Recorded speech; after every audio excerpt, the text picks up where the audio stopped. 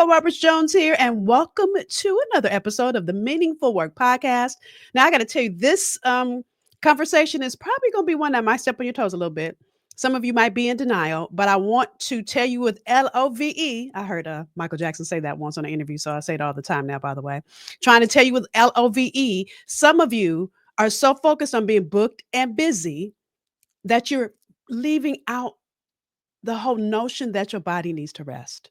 Or some of you are feeling guilty because you're not booked and busy. And rest is what God is trying to let you do in this moment of time in your life. So, our guest today is going to go all the way in, and her name is Brooke Daniels. Now, Brooke is the founder of Holistic Hustler. Love that. Holistic Hustler. Love that. A wellness practice dedicated to helping individuals and organizations overcome burnout and achieve sustainable success through neuroscience based techniques, meditation, and mindfulness. A certified meditation instructor and executive coach, as if that isn't enough. She's also the co founder of Project Wellspring, an initiative aimed at, y'all ready for this? Closing the $4.4 trillion annual opportunity gap for underinvested groups by fostering equitable capital access and collaboration. With 15 years of experience in Silicon Valley, including leadership roles at Salesforce Ventures, Brooke has a strong focus on inclusive innovation, mentoring at Techstars and Pharrell Williams Black Ambition, and serving on various committees aimed at diversifying the investment landscape. So she knows both hustle and she knows why you've got to be holistic as you do it. So, y'all, help me welcome Ms. Brooke. Hey, girl. Hey, I'm excited to be here today. So excited, so excited. So, can you share with us, listen to the second part of your bio. And by the way, y'all, that isn't all her bio. That was the highlights because there's so much more than that. Okay. So, listening to, this whole fight for equity for us, right? Which is a full-time job by itself, but that is not all you do. You also have this other piece. Share with the listeners how you even got to this whole need to be a holistic hustler. I love that, by the way. I'm gonna say that as much as I can in this episode. Thank you, Dr. Nicole, and super excited to be here today. I like including a full bio because I feel like it's a false misconception that when you believe in wellness and a holistic approach, people think that equates to like just this quote unquote soft, easy life. It's like, no, you can be ambitious, you can have big goals, you can want to do a lot of things and have a big impact, but still approach it holistically. So that's why I like to include the full bio. So before I speak, people know like, I am with you. I am booked and busy. I'm going to continue to be booked and busy. I got big goals and dreams, and I am putting that work into. Yeah, yeah. And so how did you get to the understanding that you can be booked and busy, but you got to do it holistically? So, unfortunately, my story is not uncommon to most people in that it started with burnout, right? And I know if you listen to Brene Brown, all these people that speak, unfortunately, most of us had to hit rock bottom before we could kind of start to swim a different way and come up. And so for me, this was back in, gosh, what was it, 2019. I hit the worst burnout of my life. So it was actually pre-COVID. I was traveling 70% of the time. My husband is a small business owner, so I can also relate from that perspective. We were running the business, working in corporate. I teach dance part-time, all the things. And it just got to a point where these hustle strategies I had been using for so long no longer worked. Hmm. And again, I've been doing this my whole life. In high school, I was in like 18 clubs my senior year. I graduated college early. So this is how Brooke got stuff done. And fundamentally, it just stopped working at a point. I was exhausted. I couldn't focus. I don't know if anyone's experienced sitting in front of the computer for hours, but not being able to move the needle. You just rereading and rereading and rereading. And so I just hit a place where I just knew those strategies weren't working anymore. And so that led me to go to Oprah. Oprah was on tour right before COVID, and she talked about living life in the flow. And she was like, if you feel like every step you take is a struggle, like if you're just pushing and pushing and pushing, life doesn't have to be that way. You can actually flow to success and you can actually get there a lot faster. And so that just resonated with me when I heard Oprah say it. She led a little meditation there, and that started my journey of the meditation. She did several series with Deepak Chopra. And so I started doing those. The first one was like Hope in Uncertain Times. And then she had a couple other ones she released on being in the flow. And even from the first moment I meditated, I felt immediate relief and just peace in a way I had never felt it before. Hmm. And when you experience that feeling, you want more of it. And so that led to my journey of becoming a meditator and then starting to go to meditation retreats. I love what Deepak Chopra does. And so he became my guru. And then on the heels of that, after a year and a half on my journey, I wanted to help other people because I looked around the room, all my sisters, my friends that were doing this work. And I think, especially when you're doing work that you're passionate about, that's like impact driven, Yeah. right? Like everyone's trying to solve these problems they care very, very deeply about. You can overgive without filling your own cup. And so I wanted to bring that to my community as well. And that's when I decided to certify as a coach. And then Holistic Hustler bloomed out of then layering on the neuroscience aspect, because that was the other thing I noticed. For some people, meditation can feel quote unquote woo woo, but there are all these, I know you've heard that before, Dr. Right. That's why I laugh. Right. I don't know, I'm manifesting. What is this about? But there's all this research now from neuroscience that talks about directly what's happening within our brains, our bodies, our systems, fight or flight. And so at Holistic Hustler, we layered in the neuroscience, and we work with a couple of PhDs in neuroscience to add those practices too, to make it more tangible for the audience we serve, which are executives, high powered business folks, just people that have that hustle side, but Yeah. want more flow. And I'm gonna tell you, so the reason I laugh is for a couple of reasons. Number one, so this podcast was birthed out of my burnout. Okay, so you guys know I keep it real on this podcast. So literally last year, now I'm saying this in 2025, y'all. So 2024, at the beginning of 2024, I was sitting at my computer, girl. I had coaching clients, and mind you, before that moment, I loved what I did, and I couldn't do it, and I didn't understand, right? And then what's even funnier is I do these VIP. Well, I used to do these VIP retreats with my clients, and my team would be there and they'd be like, "Oh, that was so good." And I'm thinking to myself, "I want this to be over. I don't want to be here," coaching people. And so I didn't understand that what I was feeling was burnout. I also didn't understand, and I need y'all to get this. Sometimes you need to rest, and sometimes God is trying to shift what you're doing. And you got to sit long enough to understand the difference. So that's part of the reason I laugh. But here's the second part, and I want to talk about this is sitting quietly. Now, I'm gonna be honest, y'all. I'm a busy bee, so meditation sometimes comes hard for me. So I give myself permission to, if I have thoughts in my mind, I stop, I write them down, and then go back because I have so many things. I get ideas, and I know part of that is God, dropping stuff in. But I'm trying to quiet my mind, and sometimes it's harder than others. So, what would you advise people that are having a hard time with this whole notion of meditating? How to get started. Yes. So, one, that is completely normal and it's a great place to start. And I tell people all the time, like with meditation, it's not something, well, it's something where, same as with water, like if you dip your toe in the pool, you still get wet, right? You don't have to actually get your brain to completely stop and slow down to get the benefits of meditation. Sometimes it really is just closing your eyes and taking that moment of rest where you're stopping the stimulation. And so, even as I'm a spiritual woman of faith, I'm a Christian woman, and a lot of times the people I talk to who are also in the Christian community talk about wanting to be able to hear, but then they never take time to create space to receive. And so you really, exactly what you're saying. If you can't, if every moment is just fast and moving, and you're thinking about the next thing, not only are you not present, but you're also not able to actually listen and receive. And so I like to tell people to just take those moments to pause, even if it's 2 minutes, 5 minutes to breathe. Walking meditations are also good. So like as you're walking, actually trying to be present in the experience. So looking at the trees around you, what's in the environment, like just grounding yourself so your Hmm. brain can just take a moment to rest, and be more optimized. But it is something where we say if you stop thinking completely, you're dead. So you're always thinking. It's like a misconception about meditation that you have to stop thinking, but it's more so taking that time to pause. And I think a lot of people undervalue how impactful even 5 minutes of pause, even if you're sitting in your car before you go in the house with your kids and your partner and everything, just taking those 5 minutes Yeah. with the headphones off, the music down, and just breathing and being present in your body in the space, it goes a long way. So good. And by the way, I write notes. So if you see me looking down, I'm writing notes because I'm a student as well as the host. So the thing I love that you said, and I say this all the time, but you said it in such a profound way. You have to take space to receive.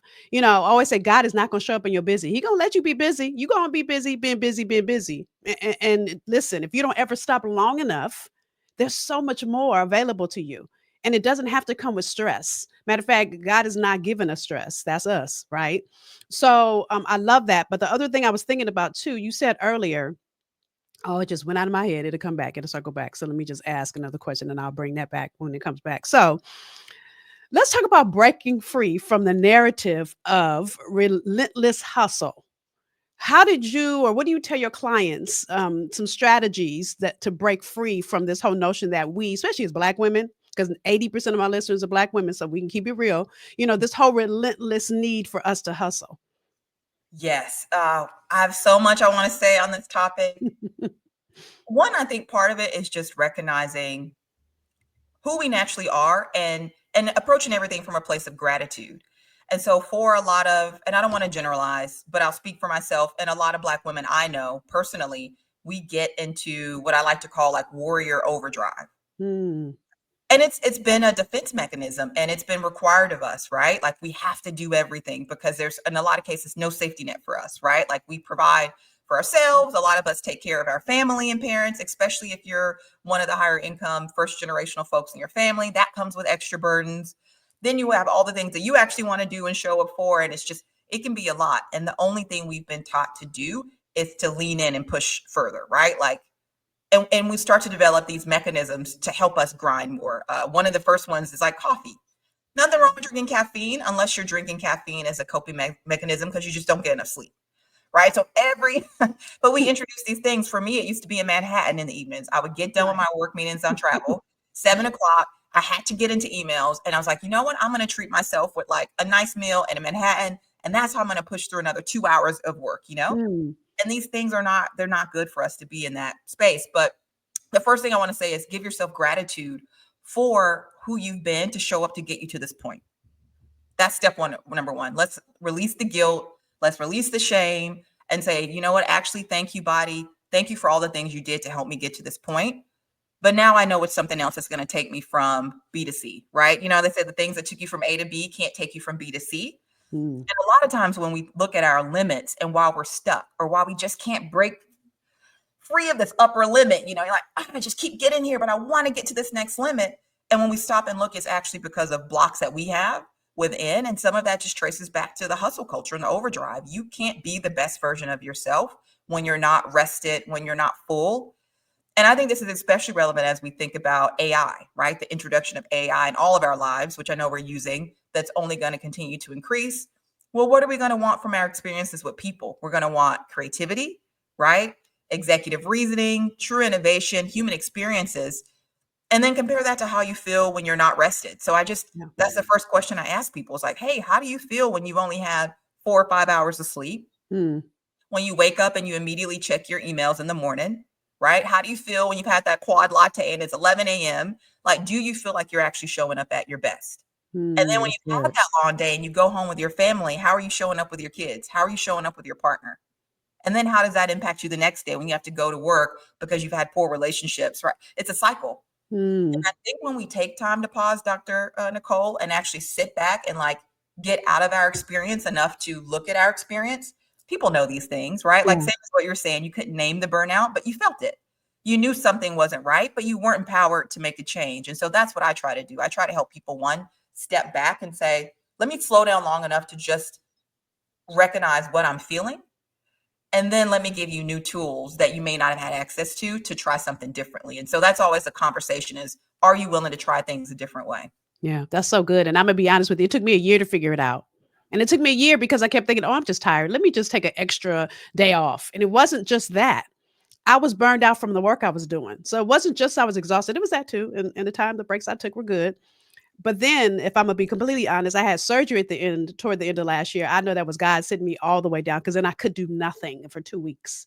It was in those 2 weeks that I realized this is bigger than me just being exhausted.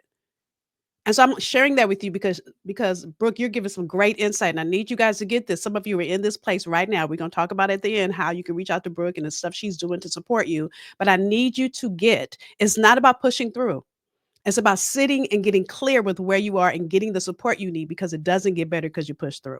Now, The second thing is, I remember what I was going to ask you about earlier. So I love that you said people think meditation is woo woo. And here's the thing that I get from so many people, especially people that are so heavily bound and no earthly good Christians. Now, listen, I'm a Christian, y'all. I'm about to talk about those of you that are so heavily bound, right? That you say things all day long. I'm blessed and highly favored, which is nothing wrong with that. But I need you to understand that meditation is not just attached to yoga and not just attached to Buddhism, and it's beyond that. Now, I know people have asked you about this. Is there any more insight you can give us to that piece as well? Definitely. And so I won't go too deep because some of the answer of it, I think if you're not past 101 level, I'm going to lose you.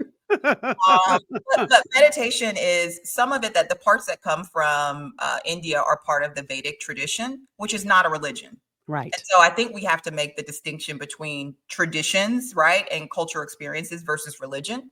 And so meditation stems from the tradition aspect, not the religion aspect. And then I just like to point out that meditation is in the Bible. Like, how many times in the Bible does God ask us? And, everyone's asking us to just sit and listen and be still. And so, Yes. whether we name it as meditation or not, whether you want to embrace the mantra aspect of it. So the style of meditation that I teach does introduce mantras that align to vibrational frequencies.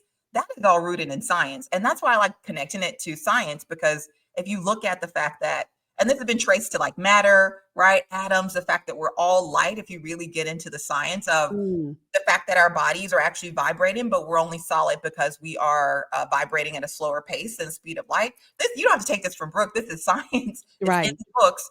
We're just connecting that to then how we can impact those experiences, right? But even if you don't want to do the mantras, you still get a lot of benefit just from finding the silence. And so I tell people to find what's comfortable for you.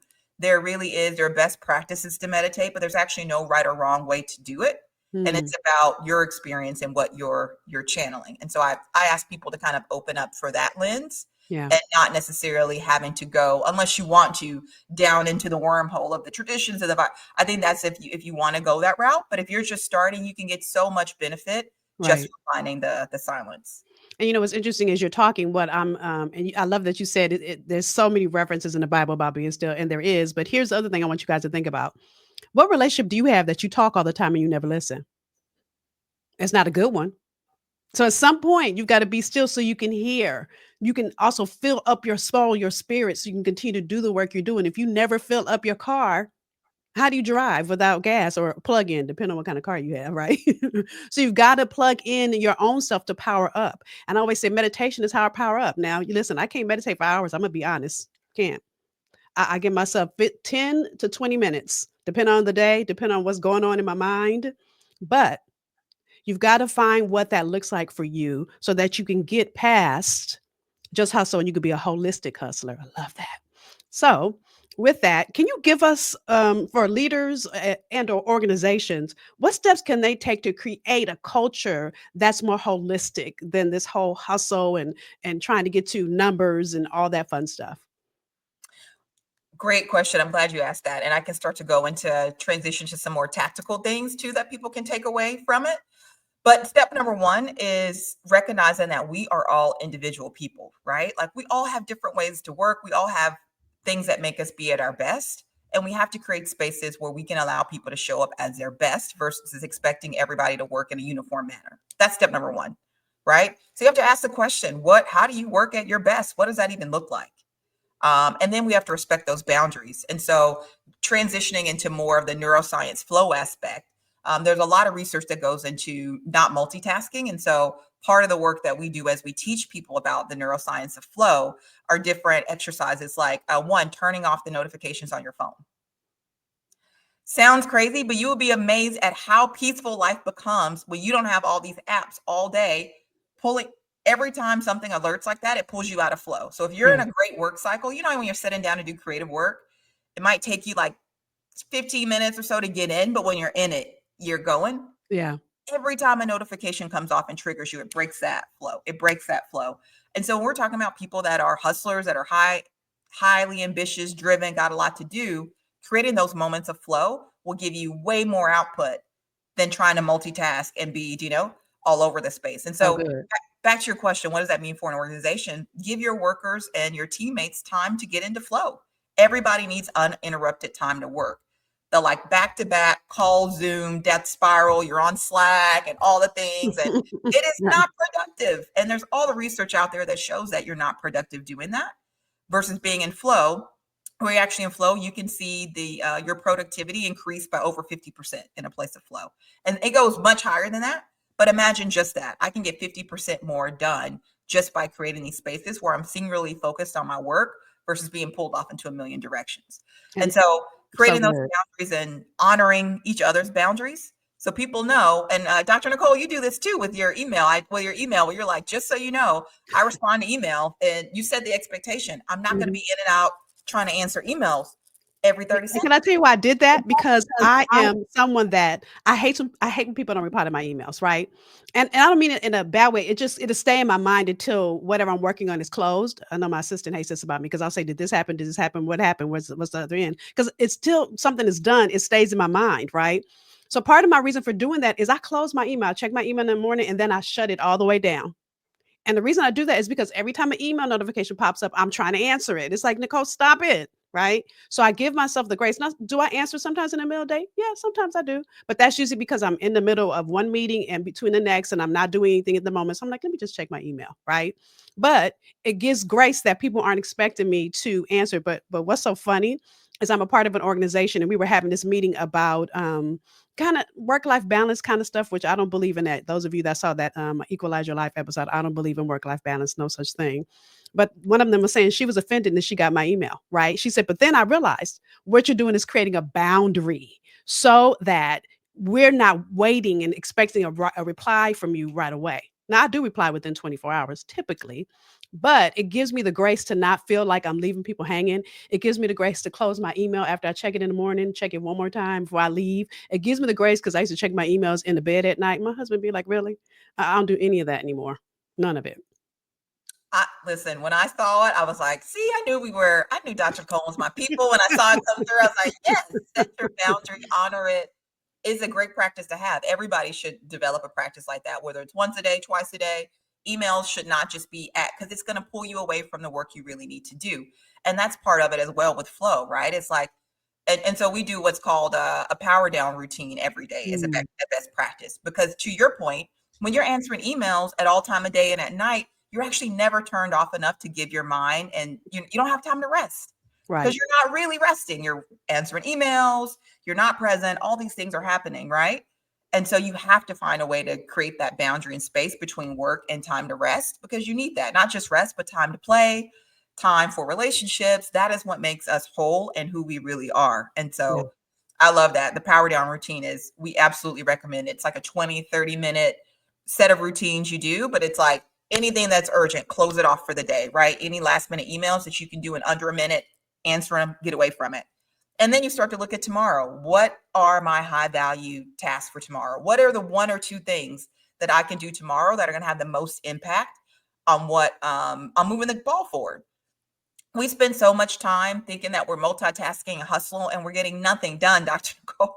You spend a whole day and you're like, I was busy, but what did I actually get done? Right. Start drifting towards like low hanging fruit and tactical things that aren't moving the needle at all because you just feel like you got to get into that hustle energy. And it's like, no, it's an overdrive. How do we pause, recognize it? And so in the power down routine, you set yourself up the next day by identifying what are those high value tasks I want to do and making sure your day reflects it. And then at a certain point, you start the next task of the next day. So if you're like, my high value task is a PowerPoint presentation, you go ahead and open that PowerPoint presentation, name it. So when you sit down, it's ready to go. And then you log off, you shut it down. And then for So me, I go good. into my own meditation practice. I try, and they ask us as a meditation instructor and coach, our personal practice is twice a day. So I try to always wind down as my way of kind of shutting it off and moving away from Mm, that into my personal space. I have a 1-year-old at home, so just being present with him and getting into that mindset, and then I can actually rest and get up the next day and do it.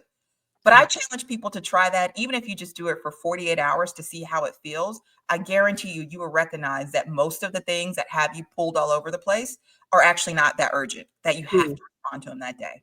And it's so good. The other thing that I started doing, I'm gonna tell you guys, because I'd be in the bed all night texting people back and replying to emails, is I put my phone in a whole different room. So at 9 p.m., because I get personal texts, I'm in organizations, so that means that most of those texts come in the evening. At 9 p.m., you can text me at 9:05, and someone's so funny because people will text me the next day, like, I text you last night. I know. Right? Because it was after 9 o'clock and I put my phone, even my mother has texted me. Now, people say, what if it's an emergency? In full disclosure, my iPad will ring, which is, and I do, in the middle of the night because I'm going through menopause. So when I wake up in the middle of the night, I listen to something, I put a video or some training in to help me fall asleep, or some meditation music will help me fall back asleep. So that's why my iPad is there. But unless it's an emergency, I'm not answering that either. And I've it's become such a routine for me, and it's made it so easy. And so my husband started doing it. And so it really allows us to have our time without being interrupted by anybody or anything. I love that. It's such a good practice. And nowadays there are so many apps and tools and features you can do for people that need to get through an emergency. So you can take steps to, Ah, I didn't to thought allow about that. I for gotta those look if at the that. call. Yeah, I can't remember the setting, but it's like the opposite of do not disturb, but you can like Hmm. tag high priority folks where if they call, even if your ringer's off, it'll still ring. Oh, But I'm okay, not yeah. sure what the feature's called, but there is technology to help support that. Mm, And then likewise, on the flip side, when you get up the next morning, don't let opening your emails be the first thing you do. Just don't read the news first thing in the morning and invite that into your life, because as soon as yeah. you need to wake up, ground yourself. I like to have a gratitude practice, read something that makes me feel good, something spiritual, just set my mind on the book. That's whatever that is for you, whether that's go for a walk, drink some hot tea, but something that puts you in the right space and frame of mind for what you want to do that day versus immediately allowing something external to hijack, That's so good, so good. Listen, you guys can tell she's passionate about this, and we can go on for the next probably 3, 4 hours. So I want to allow you to share with people that know that they need this, how you can support. Now, let me say this: those of you that are on YouTube, you can see her website. So let me say it. Those of you that are listening on audio channel, www.thebrookdaniels, and it's Daniels with an S, thebrookdaniels.com, and I'll put it in the show notes as well. Yes, so that's the best place to go to read more about what we have. We do the lowest hanging fruit to just get involved and start getting more information is to join our newsletter. So if you go to thebrookedaniels.com, also we have a holistic hustler site, but they're connected.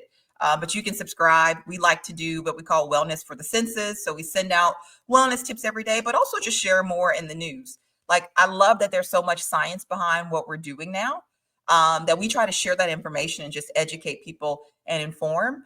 And I would say also right now, just with everything that's happening in the world, people are really, really stressed out. And so we also try to share stories of hope. There's so many stories out there that evoke the opposite: fear and stress and Hmm. anxiety. And it's easy to feel like the world is on fire, Yeah. but you got to find peace in yourself first. And so it can't be peace in your home, peace in the world if there's not peace in you. And so we try to also share stories of hope to inspire and keep people connected to wanting to find that peace and bring goodness into the world. Um, Also, if you go to the website, it's linked to my LinkedIn, Instagram, all the things. We do free meditations as well. So the best way to find those would be through the Instagram or the meditation if you want to get involved. And then likewise, we do have a couple programs out there that you can check out, that might be for you in terms of like a community, more one-on-one planning. And then a lot of the work we do is also with organizations that either want to bring this in or make this a part of their retreat experience. And so that's been Mm. interesting, where now people are kind of burned out on the average business conference, right? Where you go to Vegas and you're in these casinos all day and it's just, people are Overwhelming, kind too of over. much. Right. And so more conferences are actually reached out to us to bring a wellness experience, because Mm, executives are like, hey, I'm already here. Why not get something that's for me versus just around how I can be better in my career? How can I be better as a person? And so so those good. are some ways that we're present in the community. So good, so good. So again, thebrookdaniels.com is where you go and find what you need. And I'm going to suggest, listen, at least follow her on Instagram, at least follow her on social media so you can start to get the free meditation. And then when you're ready for more, you know where to go to get your more. So with that said, thank you, Brooke, for so much insight. I got a page of notes. I always seem to have a page of notes. And just, allowing us to understand that we don't have to be a warrior in overdrive, that we can take the time to fill our own cup before we fill somebody else's. So I appreciate you. Absolutely. And that's a wonderful place to leave it. Like move from that place of having to power through and push to survive and Yeah. get to a place where we can flow to thrive.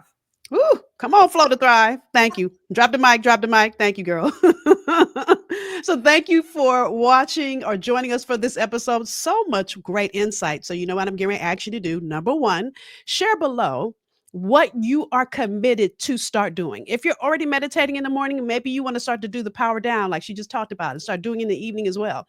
If you aren't meditating, then this is my invitation to you. Well, actually, it's her invitation to you to start, and Brooke has the resources you need. So reach out and find the resources so you can get the help you need. But one, I want you to share the takeaways you got and what you're committed to doing.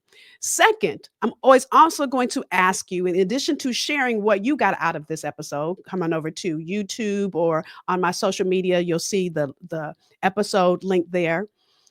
I want you to also share this episode with other people, because there are people in your network that are burned out, stressed out. They've signed up for hustle instead of realizing that they can have holistic hustle. And so this conversation will teach them the value of finding rest. So thank you for joining us for this episode. And I look forward to reading your comments, and I'll see you next time on our next episode. Bye, y'all.